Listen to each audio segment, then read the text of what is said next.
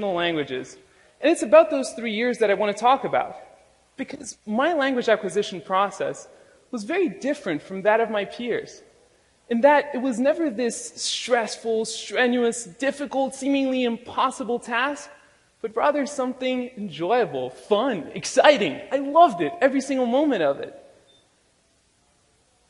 And I want to share with you what was it that made it so special? See, I did have a head start in that I did have these 4 languages that I spoke ahead of time. But there were also these 5 techniques, 5 skills, if you will, that I used that made the language learning process so much easier. And it's about those 5 techniques that I want to talk about. So, let's dig right in. And for the first one, the first thing that we've got to do is to take a very deep breath. And relax. And the reason for this is because our entire lives, we're taught how to do things right. From the moment we're born, we're taught what things we should do, the things we shouldn't do, and how to do things properly. Well, when it comes to language learning, the golden rule of language learning, the most important thing is to get things wrong, to make mistakes. And that is the first rule. Let me explain to you why. See, when we know languages, we know a whole collection of sounds and a whole collection of structures, which combined make what I like to call, and for the purpose of this presentation, our language database. And our language database will contain all the sounds and structures that we know. However, there's a whole family of sounds and structures that are beyond our database. And for us to be able to embark on those, and to be able to explore those, there's nothing within our database, nothing within our knowledge that will tell us when we're getting these structures right. Nothing to tell us when that sound is precise. Let's say we're going to explore this one specific sound. There is nothing in our database. When we're saying it, we could say it perfectly, but in our minds, it will sound like a mistake. So you know that queasy feeling that we feel, that insecure thing when we feel like we're doing something wrong? That is the trigger that you need to look for. Because that is a signal that tells you that you're going beyond your database and that you're allowing yourself to explore the realm of a new language. Let me show you how this works in practice. So let's say we're going to go and learn the word door in Spanish. So the word door in Spanish is puerta. So for puerta, we've got a few sounds that exist in English. So the pu, e, and the ta. However, when it comes to the r, that sound is not in our database. The rrr, the rolled r, does not exist in the English sound database. And it's a little bit on the outside. So if we allowed ourselves to bridge through our database and to really break through and to make the mistake, we could make sounds like the rrr.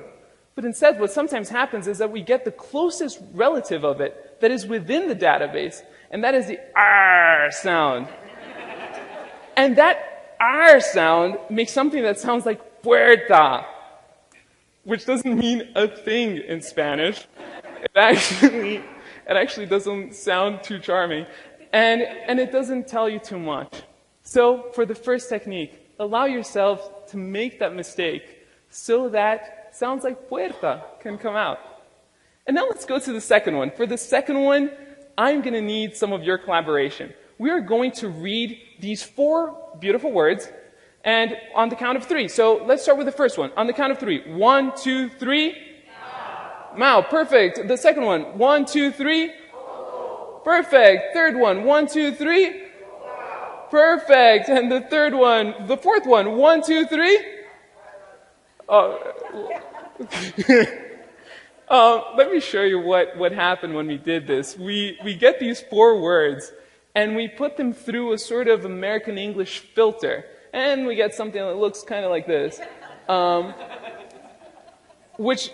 I'll tell you the results of that. So for the first one, mão, which means hand in Portuguese, we put it through the filter, we get Mao.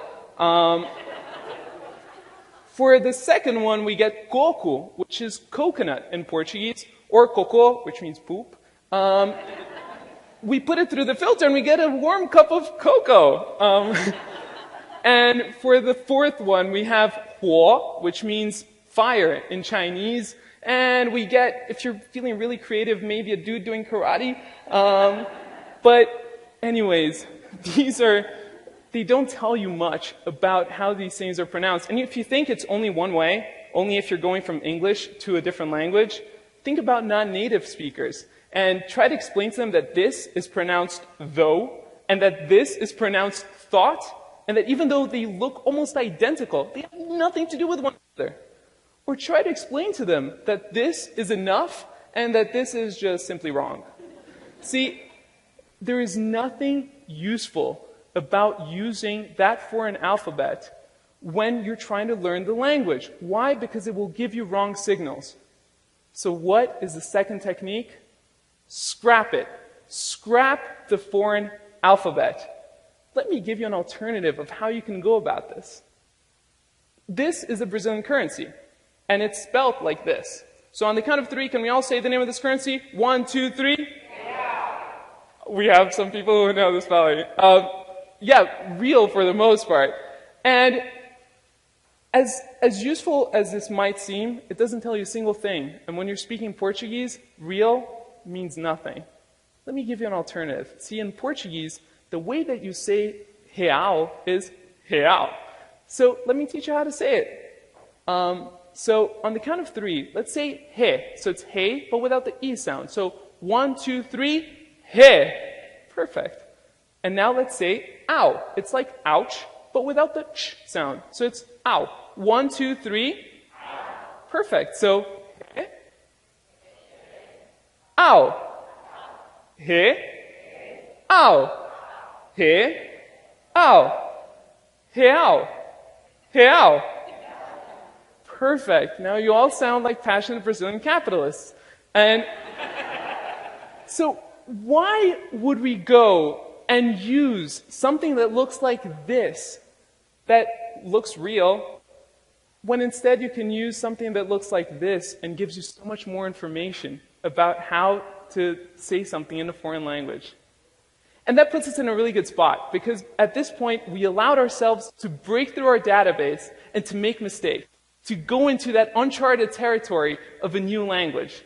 And then we figured out how to take notation in a way that the information is actually meaningful. But then how can we test it? And that's where technique number 3 comes in. Technique number 3 is about finding a stickler.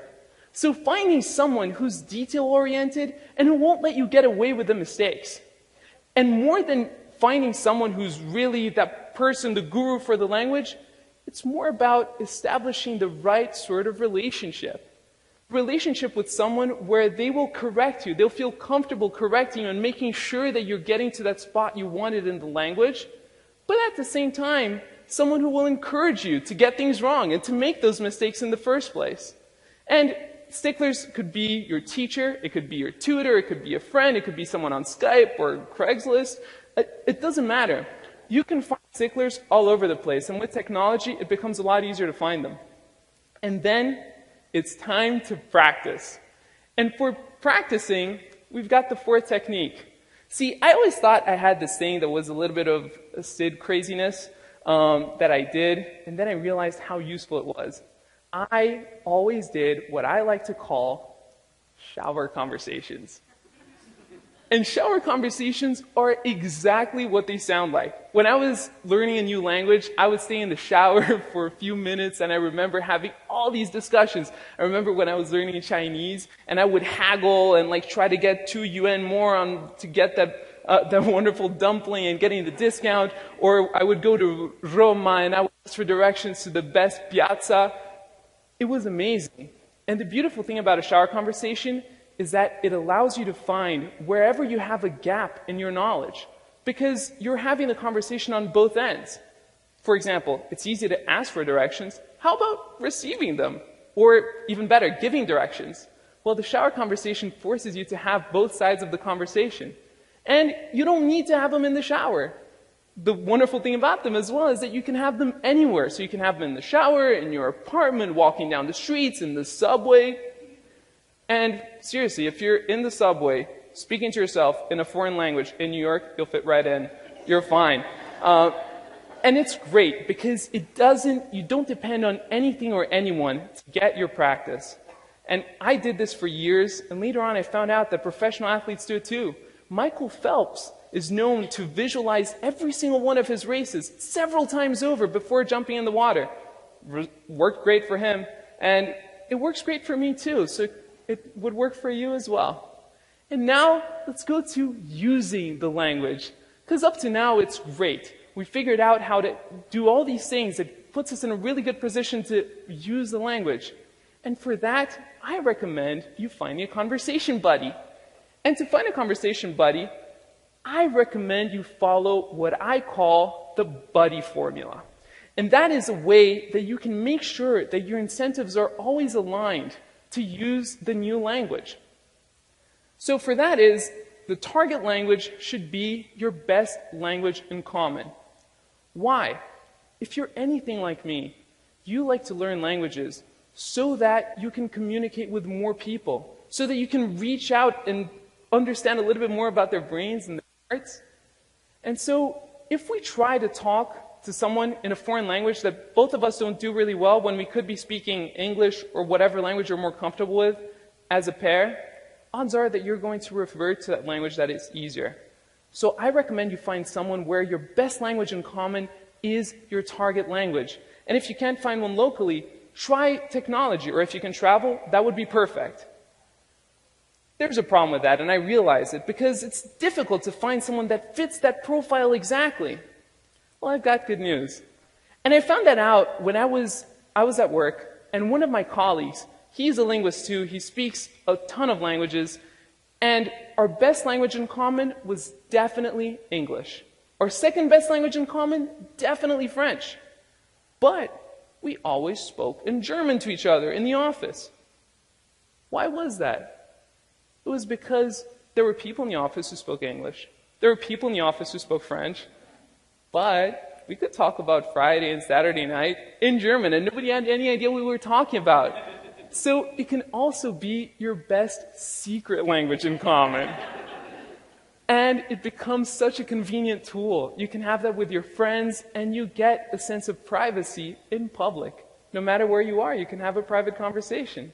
So let's recap. With the first technique, we allow ourselves to break through the barrier of language and to explore the uncharted territory of sounds and structures outside our database. Then with the second one, we learn how to take notes and how to make sure that we can take notes in a way that we can replicate those sounds and structures later. Then we can check the mistakes by finding a stickler. Fourth, practice. Have your shower conversations wherever you want to be. And then follow the buddy formula, and you can find someone to practice your language with. And after that, arriviamo a un posto veramente bello. Wo Fremdsprachen lernen nicht mehr etwas langweilig, schwierig und stressig ist, pero un mundo de posibilidades, donde tenemos la oportunidad de explorar de nouvelles cultures e toutes les différentes manières de vivre. E o mais gratificante é que com isso aprendemos mais sobre nós mesmos. Prosto paron, vorina kujete sanelinikar sesas, ala, den simeni, otiden vorite natamatete. 千里之行，始于足下。没问题，因为现在你们都可以走。Thank you.